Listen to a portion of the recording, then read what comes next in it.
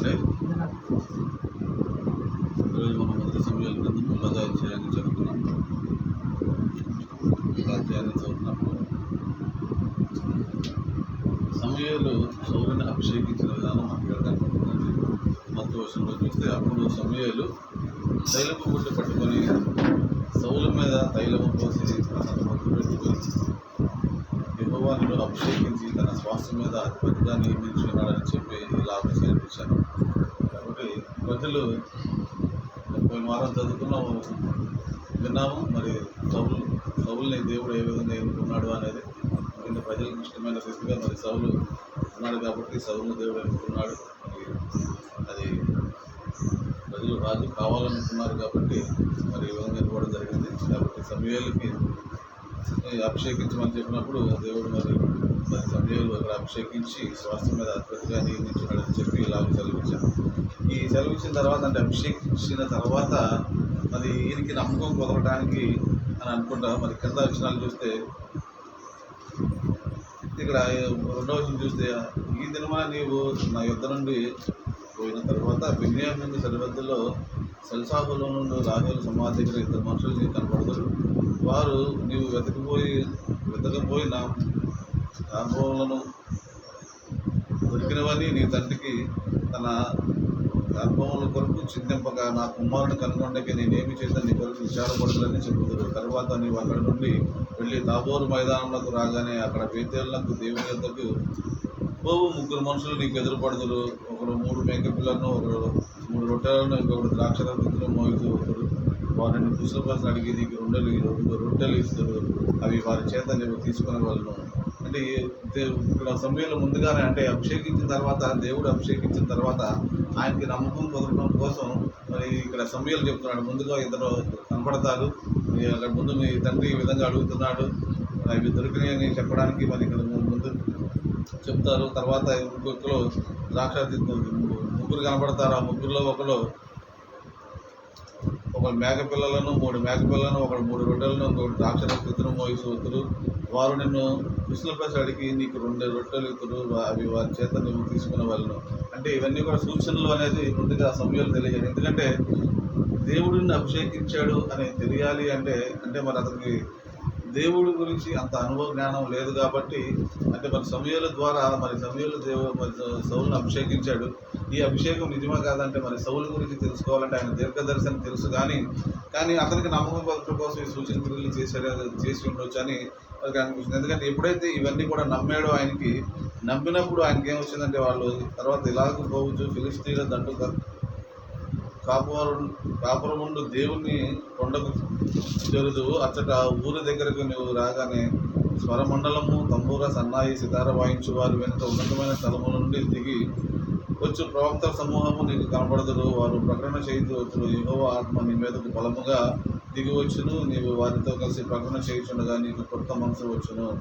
దేవుడు నీకు తోడుగా ఉండును గనుక ఈ సూచనలు నీకు సంభవించిన తరువాత నీకు మంచినది తోచినది చేయము. ఏదైతే ఈ సూచన క్రియలు మరి సమయాలు చెప్పినప్పుడు ఇవి జరిగితే, ఎందుకంటే ఈయనకు ఒక నమ్మకం వస్తుంది కాబట్టి, ఆ నమ్మకాన్ని బట్టి, ఎందుకంటే ఆయన చెప్పినట్లుగా మరి వాళ్ళు కలిసారు. వాళ్ళు ఎవరైతే చెప్పారో వాళ్ళందరూ కూడా ఈయన కలవటం, తర్వాత ఈ ప్రవక్తల సమూహము నీకు కనబడును, ప్రకటన చేయించవచ్చు. ఎవరు బలం వచ్చినప్పుడు వారితో కలిసి నువ్వు కూడా ప్రకటన చేస్తావు అని చెప్తే ఆ ప్రకటన చేసినప్పుడు నీకు కొత్త మనసు వస్తుంది. అంటే ఈయన ముందుగా, అంటే మరి చిన్న టెస్టింగ్, అంటే ఈయనకి నమ్మకం కోరడం కోసం దేవుడు ముందుగా నేను సిద్ధపరిచే విధానం మనం ఇక్కడ చూస్తాం. అంటే అభిషేకించబడ్డాము కాబట్టి అనేది కాదు, కానీ దేవుని నమ్మకం, అంటే దేవుని ఈ సూచనలన్నీ కూడా జరిగినాయి కాబట్టి ఆయన నమ్మిన తర్వాత ఆయన కొత్త మనసు రావడం అనేది మనం చూస్తాం. అంటే అభిషేకించిన తర్వాత మరి దేవుడు మరి చేసిన మొదటి అద్భుతం ఏంటంటే, ఈయన మరి దేవుని నమ్మకం కలగటం, తర్వాత ఈయనకి కొత్త మనసు రావటం అనేది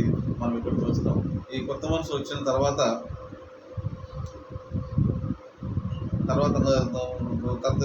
అన్నాడు, నాకంటే ముందుగా నీవు గిలగాదునకు వెళ్ళగా దహన బలులను సమాధాన బలు అర్పించుటకై నేను నీ యొద్దకు దిగి వస్తును.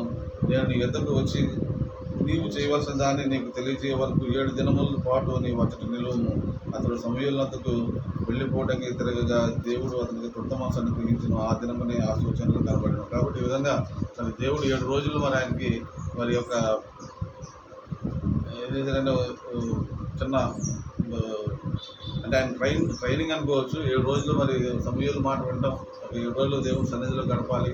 అంటే అక్కడ ఉండు అంటే ఊరికే ఉండడం ఎందుకు అంటే మరి దేవుడు చెప్పాడు అంటే మరి ఆయన అభిషేకించాడు కాబట్టి ఎలా ఉండాలని తెలియడానికి మరి బహుశా మరి ఉండొచ్చు. ఎందుకంటే అతడు కొత్త మనసు అనుగ్రహించను ఆ సూచనలు కలపండి. ఈ విధంగా మరి సమూయేలు ద్వారా మరి ఏ విధంగా స్థిరపడ్డాడు, దేవుని గురించి తెలుసుకున్నాడు, స్థిరపడ్డాడు అన్న విషయాన్ని మరి ఇక్కడ మనం చూస్తున్నాం.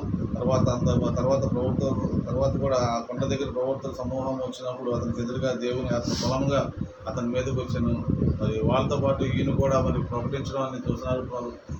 అదే అందరూ అన్నారు పౌలు ప్రవక్తలో ఉన్నాడని ఒకరితో ఒకరు చెప్పుకుంటున్నారు. ఎందుకు ఇలా చెప్పుకుంటున్నారు అంటే మరి సౌలు అప్పటి వరకు కూడా అక్కడ మామూలుగా తిరిగిన వాడే. అంటే దేవుని అంటే అంతగా మరి సౌలు గురించి ఇది ఏమి లేదు. అతను సుందరుడు ఆజానుభావుడు అనే తప్ప అతను దేవుని తెలిసిన వాడు కాబట్టి ఇతను ప్రవర్తిస్తున్నాడు ఏంటి అనేది ఒక ఆలోచన అయితే వచ్చింది. అంటే దేవుని ఆత్మ కలిగినప్పుడు ప్రవర్తిస్తారు అనే విషయాన్ని మనం ఆల్రెడీ సంఖ్యాకాండంలో మనం ఒకసారి చూసామంటే దేవుని ఆత్మ ఈయన మీదకి వచ్చింది, కొత్త మనసు ఈయన మీదకి వచ్చింది కాబట్టి ఈయన ప్రవచించడం అనేది ఇక్కడ జరిగింది. అందరూ కూడా ఆశ్చర్యపోతున్నారు, ఏంటి రోజు కనబడేవాడు ఈ రోజు ఏంటి ఈ విధంగా మాట్లాడుతున్నాడు అనే ఆలోచన మరి బహుశా వాళ్ళందరిలో వచ్చి ఉండొచ్చు. అందుకనే మరి సౌలు ప్రవక్తలో ఉన్నాడా అని సామెత పుట్టాను. అంటే ఈయన ప్రవక్తను ఎవరు అనుకోలేదు, అంటే ఆయన రాజుగా అభిషేకిస్తారని కూడా ఎవరు అనుకోలేదు కాబట్టి ఈయన ప్రవచించడం. ఒకసారి సంఖ్యాకాండము 11వ అధ్యాయంలో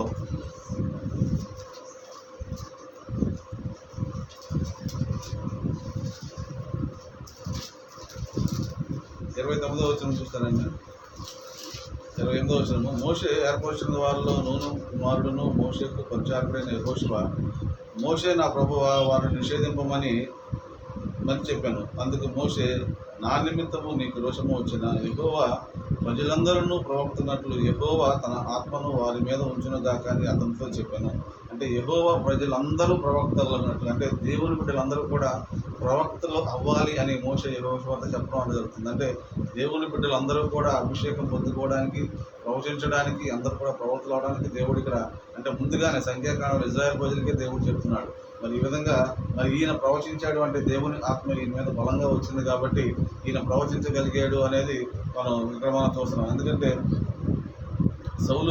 సౌలు గురించి మరి ఆయన గురించి అంటే అభిషేకించబడ్డాడు కాబట్టి ఆయన గురించి ఆయన తెలుసుకోవాలి. ముందుగా కొత్త మనసు వచ్చింది, తర్వాత సూచక్రియలు బట్టి దేవుడు నమ్మాడు, తర్వాత ప్రవచించాడు.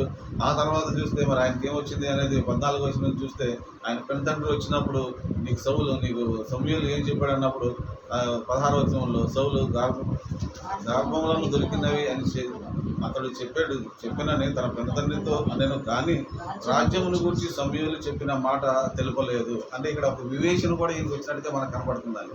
ఎందుకంటే అన్ని విషయాలు చెప్పాలి. నిజం పెద్దతండ్రి సమూయేలు అన్నట్టు అభిషేకించాడని చెప్తే వాళ్ళ పెద్దతండ్రి నమ్మకపోగా బహుశా ఎందుకంటే ఈయన గురించి తెలుసు కాబట్టి నమ్మడం, గ్యారంటీగా నమ్మడు, ఏదో పిచ్చి మాటలు మాట్లాడతాడు అనుకుంటాడు. కానీ ఇక్కడ ఈయనకి వివేచన కూడా దేవుడు అనుగ్రహించాడు. అంటే అభిషేకం పొందిన వారు ఎలా ఉంటారంటే కొత్త మనసు వస్తుంది, మరి ప్రవచించడానికి.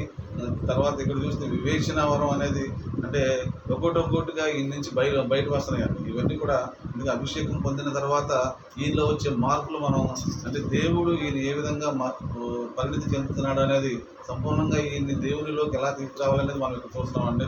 అంటే సౌలుని ఈ విధంగా అంటే ఒక వివేచన అనేది మనకి ఇక్కడ కనబడుతుంది. ఆ వివేచన చూస్తే తన పిల్లతండ్రితో చెప్పిన మాటలు మనం చూసినప్పుడు ఆ మాట అంటే ఒక గాడిదలు దొరికినవి అని చెప్పాడు తప్ప ఇంకేం చెప్పలేదు.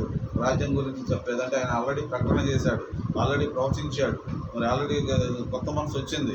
ఇవన్నీ కూడా మరి ఆయనకి తెలుసు. కానీ పిల్లతండ్రికి తెలిస్తే మరి పిల్లతండ్రి కూర్చోడు అనుకుని ఉండొచ్చు కాబట్టి చెప్పలేదు.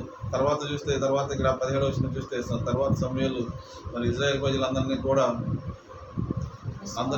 మిస్పాలో అందరినీ పిలిపించి వాళ్ళందరినీ గోత్రాలు చొప్పున అన్నప్పుడు మరి బెన్యామీల నుంచి మరి ఇద్దరిని మరి దేవుడు ఎన్నుకోవడం అంటే ఇక్కడ వీళ్ళు అనుకున్నారు. 21వ వచనంలో బెన్యామీలు గోత్రం వారు తన ఇంటి కూటముల ప్రకారం అతడు సమకూర్చి మద్రి ఇంటి కూటమి ఏర్పరిచిన తర్వాత కీషు కుమారుడైన సౌలు ఏర్పడాను. అయితే జనులు అతన్ని వెతికినప్పుడు అతడు కనపడలేదు. కావున వారు ఇంకొక మనుషుడు రావాల్సి ఉన్నదా అని యెహోవా యొద్ద విచారణ చేయగా యెహోవా ఇదిగో అతడు సామాన్లు దాగి ఉన్నాడని సెలవిచ్చాను. వారు పరిగెత్తిపోయి అక్కడి నుండి అతనితో కూడి వచ్చి అతడు జన సమూహంలో నిలిచి అప్పుడు భుజములు మొదలుకొని ఇతరుల కంటే ఎత్తుగలవాడు కనబడను. అప్పుడు సమూయేలు జనులందరితో, యెహోవా ఏర్పరచిన వాడిని మీరు చూచితిరా? జనులందరూ అతని వంటి వాడెవడనూ లేడని చెప్పగా జనులు గొప్పలు పెట్టుచు వారు రాజు చిరంజీవి అగులు దాకా అని కేకలు వేసేది.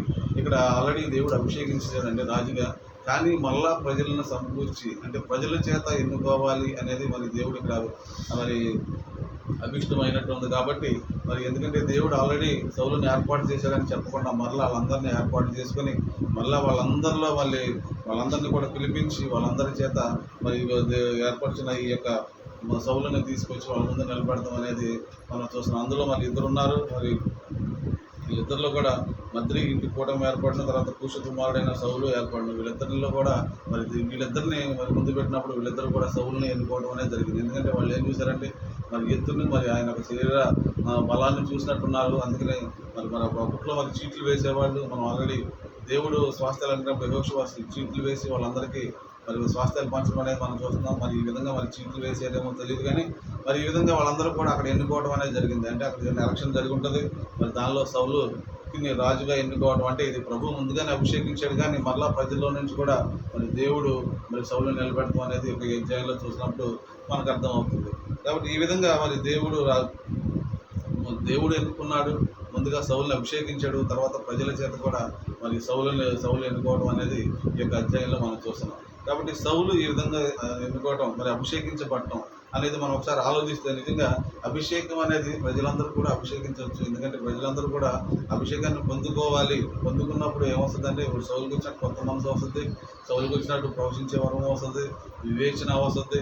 అంటే ఒక్కొక్కటిగా దేవుడు ఇచ్చే అధికారాన్ని మనం పొందుకోవడానికి దేవుడు ఇక్కడ సహాయం చేస్తున్నాడండి. ఎందుకంటే ప్రతిదీ కూడా దేవుడు తన రాజులను ఎన్నుకున్నప్పుడు, ప్రవక్తలను ఎన్నుకున్నప్పుడు వాళ్ళందరూ కూడా దేవుడు తన బలమైన అభిషేకాన్ని ఇచ్చి వారి నుంచి దేవుడు కాపాడుకోవడం అనేది తర్వాత అధ్యాయాల్లో చాలా అధ్యాయాలు మనం చూస్తాం. ఎందుకంటే దేవుని ఆత్మ కలిగినప్పుడు ప్రజలను కాపాడుకోవడం అనేది మరి ప్రతి ఒక్కరికి అంటే బైబిల్గా మనం చదువుతున్నప్పుడు ప్రతి ఒక్కరికి మనకు అర్థమైంది. కాబట్టి ఈ విధంగా దేవుడు మరి ప్రజల్ని ఎన్నుకోవడం అనేది మనం చూస్తున్నాం. ఇక యెషయా గ్రంథం 45వ అధ్యాయంలో కూడా చూసినప్పుడు మొదటి నుంచి చూస్తే, అతని పక్షమున జన్మలు జయించుటకు నేను అతని కుడి చేతిని పట్టుకొని ఉన్నాను. నేను రాజుల నడికట్లు విప్పెదను, ద్వారములు అతని ఎదుట వేయబడకుండా తలుపులు తీసేదను అని యెహోవా తాను అభిషేకించిన కోరేషుని గురించి సెలవిచ్చుచున్నాడు. నేను నీకు ముందుగా పోవచ్చు మెట్టగా ఉన్న స్థలములకు సరాళం చేసేదను, ఇతడి తలుపులను పగలగొట్టేదను, ఇనుప గడియలను వెలుగొట్టేదను. పేరు పెట్టి నిన్ను పిలిచిన ఇశ్రాయేలు దేవుడైన యెహోవా నేనే అని నీవు తెలుసుకున్నట్లు అంధకార స్థలంలోనూ ఉంచబడిన నిధులను, రహస్య స్థలమందు ఉంచబడిన మరుగైన ధనమును నీకు ఇచ్చేదను. మరి ఇక్కడ దేవుడు అభిషేకించిన వారి గురించి ఏం చెప్తున్నాడు చూడండి. ఒక మాట చేస్తే, అతని పక్షాన జనములను జయించటకు నేను అతని కుడి చేతిని పట్టుకున్నాను, రాజుల నడికట్లు విప్పేదను, ద్వారములు అతని ఎదుట వేయబడకుండా తలుపులు తీసేదను. జనములను జయించటకు అతని అభిషేకించిన వారిని కుడి చేతిని దేవుడు పట్టుకుని ఉన్నాడట. అంటే మరి ఆ విధంగా దేవుడు అంటే యుద్ధాలు చేసినప్పుడు కానీ లేకపోతే దేవుడు మరి కార్యాలు చేయాలంటే మరి అభిషేకించిన వారిని కుడి చేతిని పట్టుకొని మన కార్యాలు జరగడం అనేది చూస్తున్నాం. ఎందుకంటే నేను నీకు ముందుగా పోవచ్చు మెట్టగా ఉన్న స్థలాలను సరళం చేసేదను. కాబట్టి వారి ముందు ప్రతిదీ కూడా దేవుడు వారికి సరళం చేస్తూ ఉన్నాడు. ఇతడి తలుపులు పడగొట్టిన, ఎన్నో గడియలు పడగొట్టిన. కాబట్టి ఏ విధమైన శాపము వాళ్ళ మీద మరి ముందు నిలవదు అని కూడా మరి ఇక్కడ చూస్తున్నాం. ఎందుకంటే అభిషేకించిన వారికి దేవుడి అధికారాన్ని మనం చూసినప్పుడు మరి నేను పేరు పెట్టుకుని ఇదే దేవుడు నేనే అని నువ్వు తెలుసుకున్నట్లు అంధకార స్థలంలో మన నిధులు, రహస్య స్థలమందు మరుగైన ధనము నీకు ఇచ్చేదను. అంటే దేవుడు ఎంతగా అభిషేకించిన వారిని ఏ విధంగా కాపాడుకుంటాడు, ఏ విధంగా వాళ్ళని ముందు చేయి పట్టుకుని నడుస్తున్నాడు, ఏ విధంగా వాళ్ళందరూ అంటే ఆ శాపాలని పాపాలను పోగొట్టు ఇవన్నీ కూడా మనం చూసినప్పుడు, ఎందుకంటే ముందుగా పోవచ్చు మెట్టగా ఉన్న స్థలాలు అంటే మనకి ఏదైతే అడ్డుకుందో వాటిని అన్నింటినీ తొలగించే దేవుడు. ఎందుకంటే ముందుగానే వాటి గురించి తెలియజేస్తూ వాటిని ఏ విధంగా అయితే మనలో నుంచి మరి వెళ్ళిపోవాలో దేవుడు మనకు సహాయం చేస్తాడు. అందుకని మనం అందరం కూడా ఏంటంటే అభిషేకము పొందుకోవాలి. దేవుని యొక్క అభిషేకం ఆత్మ మన మీద బలంగా మనం ఎప్పుడైతే మనం ప్రార్థన చేస్తామో, ప్రార్థన చేసినప్పుడు తప్పకుండా దేవుడు సహాయం చేసే దేవుడిగా ఉన్నాడని మనం తెలుసుకోవాలండి. అలాగే కీర్తనలో 2వ కీర్తనలో కూడా చూస్తే 7వ వచనము,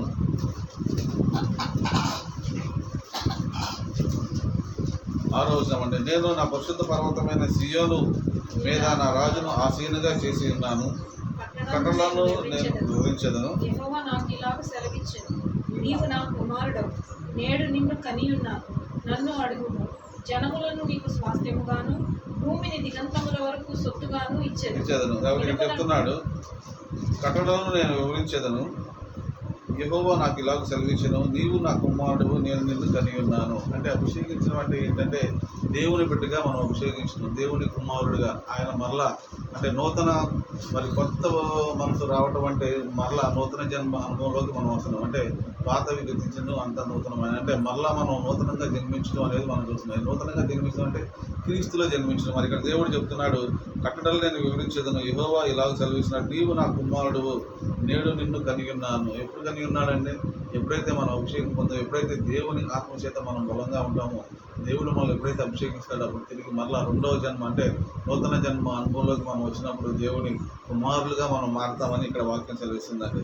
యెహోవా ఇలాగ సెలవిస్తున్నాడు, నీవు నా కుమారుడు, నేను నిన్ను కని ఉన్నాను. అప్పుడు అన్నాడు, నన్ను అడుగుము, జనులు నీకు స్వాస్థ్యముగాను భూమిని దిగంతముల వరకు సొత్తుగాను ఇచ్చేదాను. అంటే అక్కడ దేవుడు వరకు ఏది అడిగితే అది చేస్తాను. అంటే అక్కడ ఏంటో మార్గములు సరళం చేస్తా అన్నాడు. ఇక్కడంటే ఏది అడిగితే అది ఇస్తాను అన్నాడు. వీళ్ళందరూ ఎవరంటే దేవుని కుమారులుగా అభిషేకించబడిన వారికి దేవుడిచ్చే గొప్ప మరి ఆశీర్వాదం అనేది మనం ఇక్కడ చూస్తున్నాం. మరి ఇంకా గొప్ప ఆశీర్వాదం అనేది మనం చూస్తే యాకోబు రాసిన పత్రిక 1వ అధ్యాయం 18వ వచనంలో,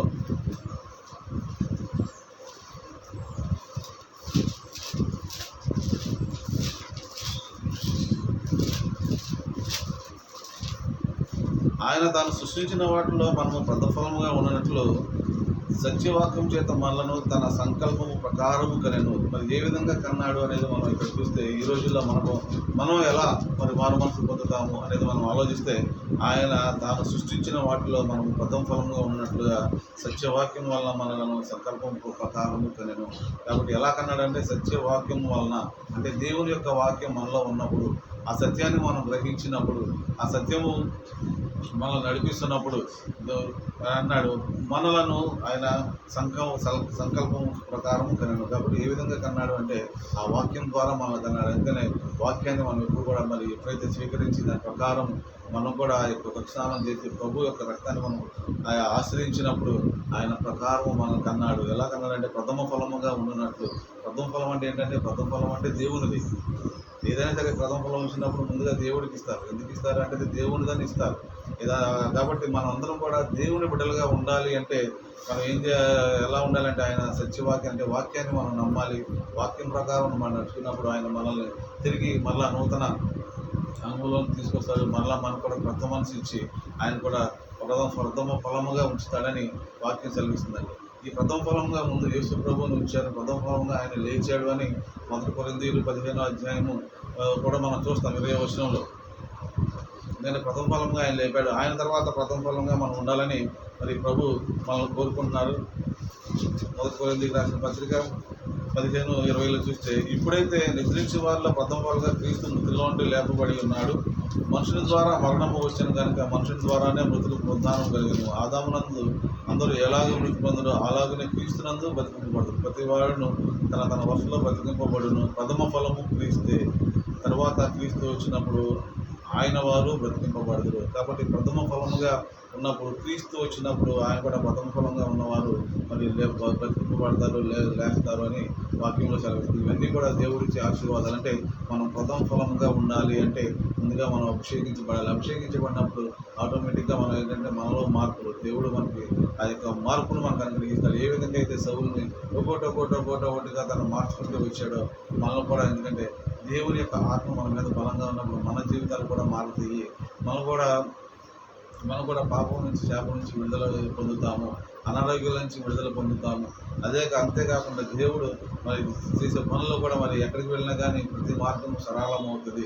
అంటే ఒక్కొక్కటిగా దేవుడు ఎంతగా మరి ఆయన బిడ్డలను ఏ విధంగా మరి ఆశీర్వదిస్తున్నాడు అనేది, ఆయన కుమారులుగా మనం ఉంటాము. ముందుగా అంత మంచి గొప్ప ఆశీర్వాదం ఏంటంటే ఆయన కుమారులుగా మరలా తిరిగి ఆయన కంటం అనేది గొప్ప ఆశీర్వాదం. అంటే ఆ యొక్క ఆశీర్వాదం మనం ఎప్పుడు కూడా మనం పొందుకోవాలంటే ముందుగా మనం దేవుని ఆత్మను బలంగా పొందుకోవాలి.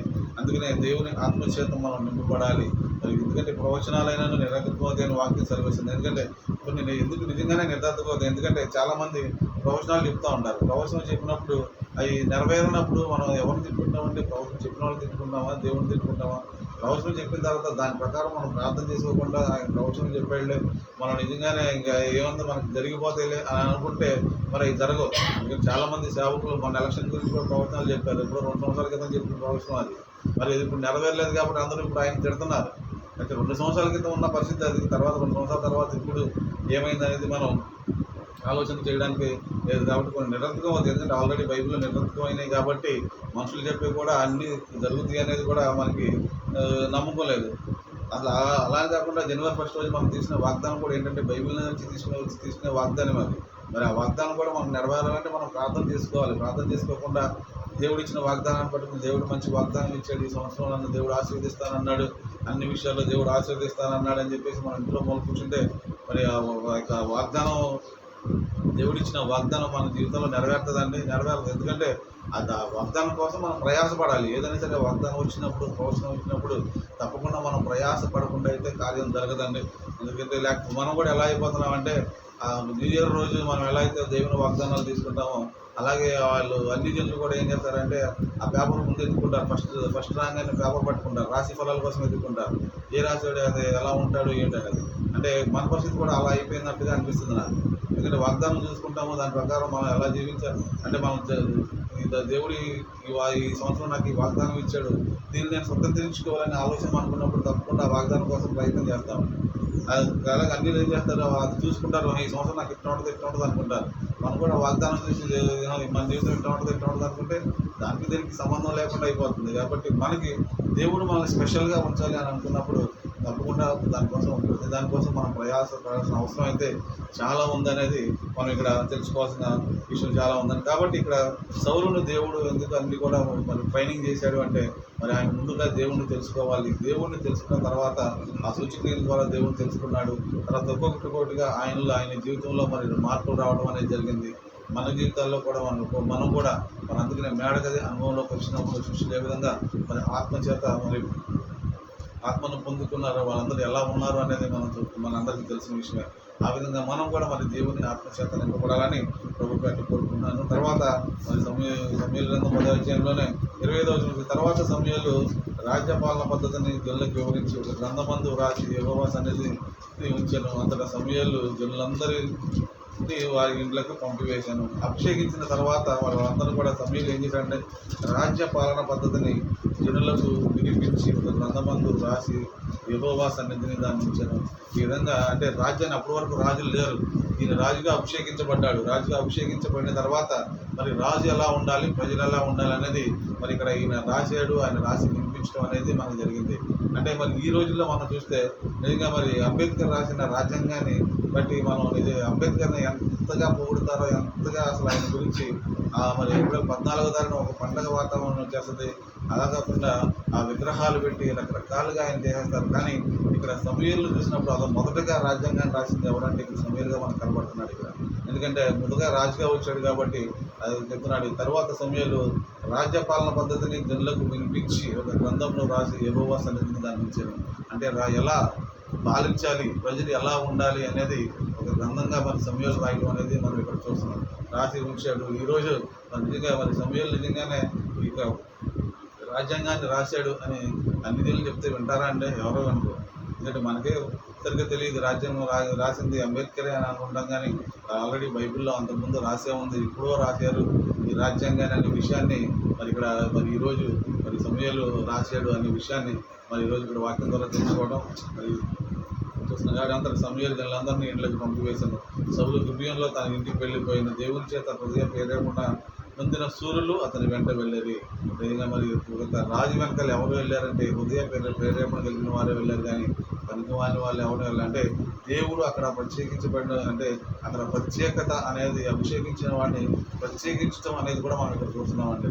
అంటే ఎవరు వెళ్ళారంటే దేవుని చేత ప్రేరేపించబడిన వాళ్ళు మాత్రమే సౌలు వెనకాల వెళ్ళారు. కానీ పనికిమాలిన వాళ్ళు వెళ్ళలేదు. ఎందుకంటే పనికిమాలిన వాళ్ళు వెళ్తే ఏమవుతుందంటే వాళ్ళ మాటలు విని అక్కడ ఆ డిస్టర్బెన్స్ అనేది వస్తుంది. కానీ దేవుని చేత ప్రేరేపించబడిన వాళ్ళు దేవునికి వెళ్ళినప్పుడు అంటే దేవుడు అక్కడ ప్రత్యేకత అంటే దేవుని తెలుసుకున్న వాళ్ళు మాత్రమే ఆయన వెనకాల ఉన్నారు అంటే దేవుడు ప్రత్యేకించాడంటే అంతగా ప్రత్యేకించిన దేవుడు మనల్ని కూడా ప్రత్యేకించడానికి ఇష్టపడుతున్నాడు. కాబట్టి ఈ రోజున మనం కూడా ఈ విధంగా అభిషేకించబడాలి. దేవుడు మనల్ని అభిషేకించాలి.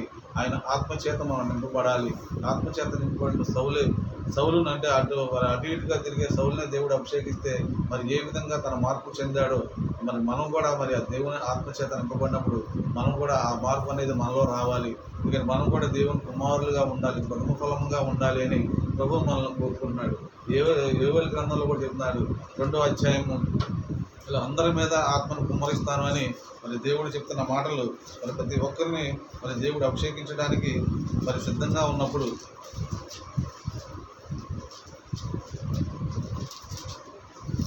2వ అధ్యాయము 8వ వచనంలో చూస్తే, తర్వాత నేను సర్వజనుల మీద నా ఆత్మను కుమ్మరించదను, మీ కుమారులను మీ కుమార్తెలను ప్రవచనములు చెప్పుదురు, మీరు మీ ముసలివారు కళ్ళకందులు, మీ యవనులు దర్శనములు చూచెదరు. ఆ దినంలో నేను పనివారి మీదను పనికెత్తల మీదను నా ఆత్మను కుమ్మరించేదను.